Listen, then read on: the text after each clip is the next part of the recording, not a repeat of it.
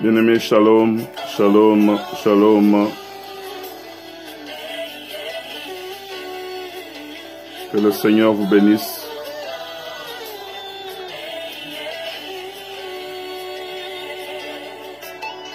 Bien-aimés, devant votre petit écran, vous avez votre humble serviteur, le révérend pasteur Maurice Moudimbi, de l'église Gethsemane Ministry International. Bien-aimés, je suis venu vous apporter un message de paix, un message d'amour, un message de miracle, un message de délivrance, un message de la prospérité, un message qui doit t'amener à une dimension que toi-même tu vas découvrir ce que Dieu a planté dans votre vie. Bien-aimés, ce soir, nous allons parler de l'amour du prochain. L'amour du prochain. Bien-aimés, nous négligeons des petites choses dans la vie. Nous négligeons des choses qui peuvent déclencher le miracle dans nos vies. Nous confessons l'amour et nous vivons l'amour de Dieu jour et nuit. Mais écoutez, cela n'est pas suffit. Cela ne suffit pas, bien-aimés. La Bible nous recommande d'aimer nos prochains comme nous-mêmes. D'aimer nos prochains, bien-aimés.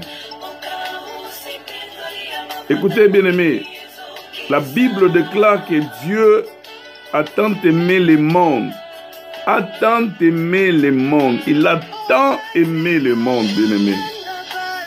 Et à cause de cet amour, Dieu a donné. Donc, si quelqu'un n'a pas l'amour, il ne peut pas donner. Il ne peut pas aider. Il ne peut pas assister. Alors, bien-aimé, Dieu, comme il est l'amour, lui-même, il s'appelle l'amour. C'est pourquoi il nous a établis, recommandés pour parler de quelque chose de très important que beaucoup de gens négligent, d'aimer son prochain. Nous allons lire la parole de Dieu. Dans le livre de Matthieu, chapitre 22, verset 35. Je lis au nom de Jésus. Et l'un d'eux, docteur de la loi, lui fit cette question pour l'éprouver. Maître, quel est le plus grand commandement de la loi? Verset 37. Jésus lui répondit, tu aimeras le Seigneur ton Dieu de tout ton cœur, de toute ton âme et de toute ta pensée. C'est le premier et le plus grand commandement. Tu aimeras ton Dieu, de tout ton cœur, de toute ton âme et de toute ta pensée. C'est le premier et le plus grand commandement. Et au verset 37, la Bible déclare, et voici le second, qui lui est semblable. Tu aimeras ton prochain comme toi-même. Tu aimeras ton prochain comme toi-même. Nous devons avoir l'amour du prochain. Bien-aimés, nous savons une chose, que Dieu nous aime. Et Dieu aussi nous recommande d'aimer nos frères, d'aimer nos sœurs, d'aimer la personne qui est dans les besoins, d'assister, bien-aimés, les orphelins, d'assister ceux qui sont dans les besoins, bien-aimés, d'assister les malades, d'assister les prisonniers, d'aimer. Bien-aimés, c'est ça l'amour. Dieu a tant aimé le monde, c'est pourquoi il a donné son Fils unique, juste au nom de l'amour, bien-aimés. Au nom de l'amour. Quelqu'un peut te faire du mal, mais au nom de l'amour, tu le pardonnes. Quelqu'un peut t'offenser, mais au nom de l'amour, tu le pardonnes, tu le supportes. La Bible déclare, nous allons lire un peu dans le livre de 1 Jean chapitre 4. 1 Jean chapitre 4, verset 20. Lisons un peu la parole de Dieu. Encore une fois, je lis au nom de Jésus. Si quelqu'un dit « j'aime Dieu » et qu'il haïsse son frère, c'est un menteur. Si quelqu'un peut dire qu'il aime Dieu, Dieu lui-même dit ceci. Les hommes peuvent dire oui, oh, tu aimes Dieu. Tu peux faire des choses qui peuvent prouver aux hommes que tu aimes Dieu. Mais Dieu, il dit ceci, si tu haïsses, si la personne là haïsse son propre frère, c'est un menteur.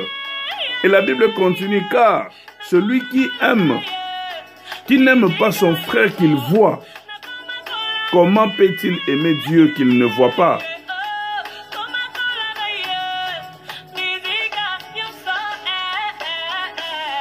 Verset 21.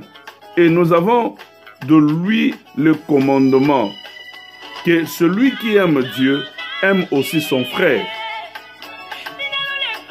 Que celui qui aime Dieu aime aussi son frère.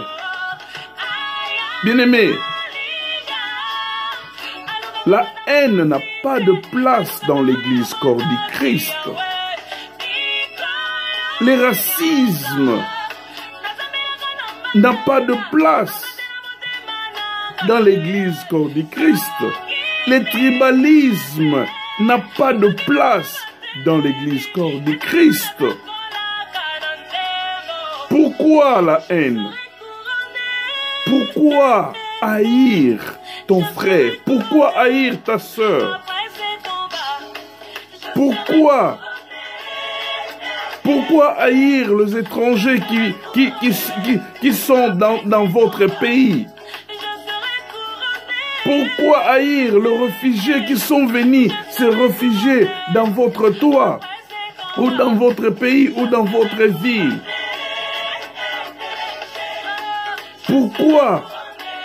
Pourquoi être un raciste?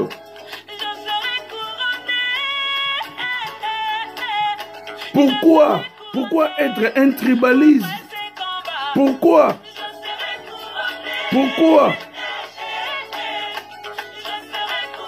Et on va dire que nous aimons Dieu.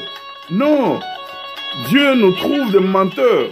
Si nous haïssons nos frères, si nous haïssons nos sœurs, si nous haïssons les autres et nous disons que nous aimons Dieu, Dieu, il nous dit ceci, que cette personne-là est un menteur. Parce que pour aimer Dieu, pour commencer à aimer Dieu, tu dois d'abord commencer, nous devons d'abord commencer à aimer nos frères que nous voyons par nos propres yeux, que nous vivons avec eux. Car Dieu est invisible. Comment nous pouvons dire que nous aimons Dieu et que, à la suite, nous haïssons nos frères? La Bible est claire, bien-aimés. Aimons-nous les uns les autres par l'amour de Christ. C'est par amour que Dieu nous a unis. C'est par amour que nous sommes appelés les enfants de Dieu. C'est par amour, bien-aimés. Ce n'est pas par nos forces, ce n'est pas par nos prières, mais c'est par son amour, bien-aimé.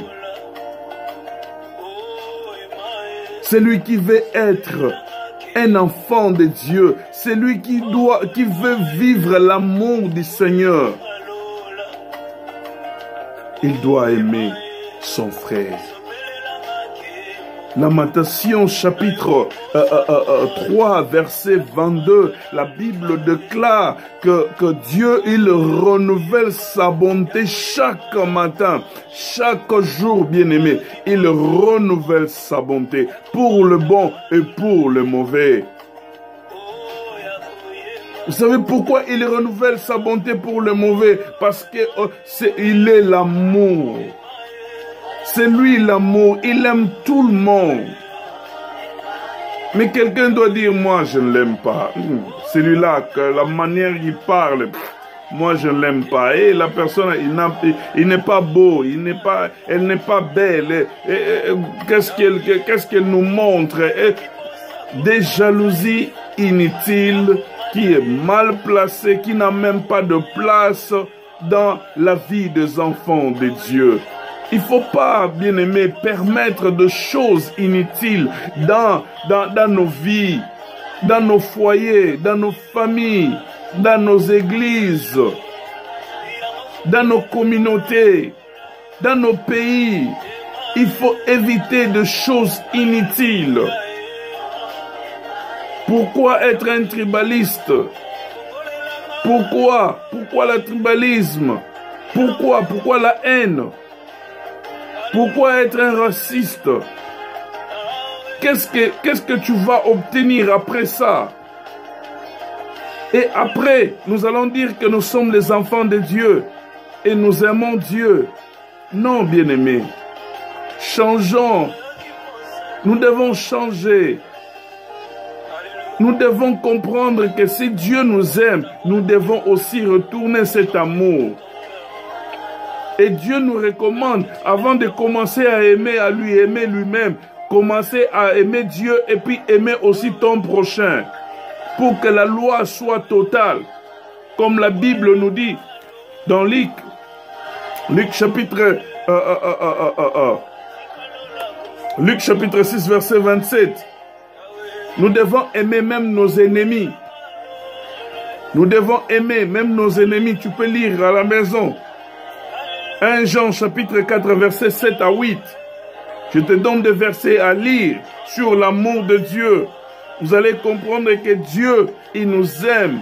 Et il a besoin que nous puissions aimer même nos ennemis. Faire du bien. Même ces gens qui nous maudissent, bénissez-les. Bénissez-les. Tu ne perds rien si tu les bénis. Tu ne perds rien si tu les aimes. Au contraire, Dieu, il va te bénir. Parce que tu as accompli la loi. Et je peux dire la loi le plus grand dans la parole de Dieu. C'est d'aimer Dieu et d'aimer ton prochain. Bien-aimé, fais cela et tu vivras. Fais cela et tu verras la gloire de Dieu. Fais cela et Dieu sera toujours là. Et il va toujours te bénir. Parce que tu fais l'acte d'accomplir. Bien-aimé, vous savez, pour terminer, il est bien bon d'écouter la parole de Dieu. Mais c'est bien de mettre la parole de Dieu en pratique. Quand on écoute la parole de Dieu, et qu'on le met en pratique, c'est là où il y a une manifestation céleste, il y a une puissance qui va maintenant faire quelque chose dans votre vie. Il y a maintenant cette parole, il va prendre chair dans votre vie parce que vous avez mis en application la parole de Dieu. Que le Seigneur vous bénisse. Que le Seigneur vous bénisse. Merci beaucoup pour votre temps. Que le Seigneur vous bénisse.